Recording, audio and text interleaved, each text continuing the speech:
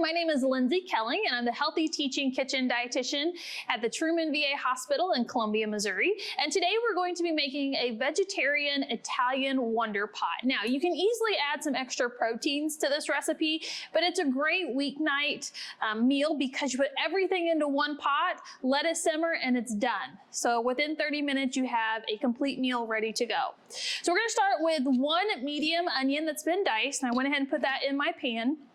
We're going to add 4 cups of vegetable broth, which is going to be one of these containers.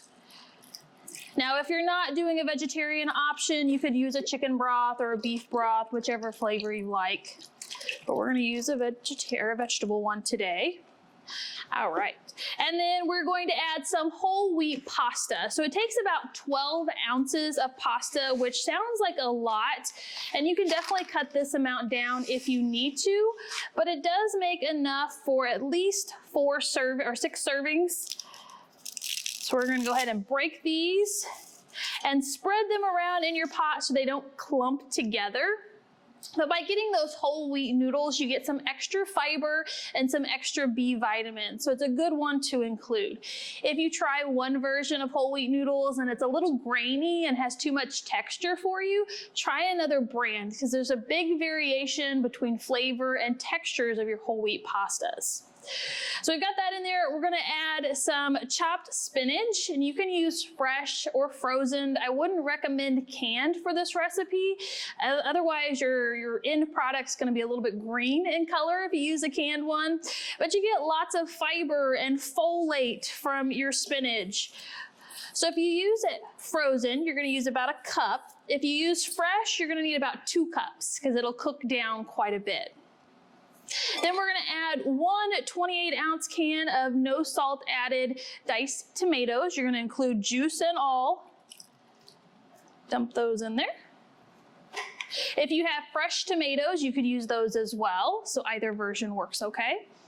Then we're going to add 2 teaspoons of a diced garlic or minced, whichever you have. A half of a teaspoon of dried basil. Half of a teaspoon of oregano. And if you don't have basil and oregano by themselves, but you have an Italian seasoning, just use that instead. Makes a good alternative. And then just to add a little bit more flavor to this recipe, we're going to add about 1/4 teaspoon of crushed red pepper. This won't make your final recipe spicy, but it'll add another flavor to it. So go ahead and sprinkle those in there. If you like more spice to your recipe, you can definitely bump it up. But the end product will be more of an Italian flavor. So if you get it too spicy, it might not taste quite as good, but up to you. And then we're gonna add some pepper to it.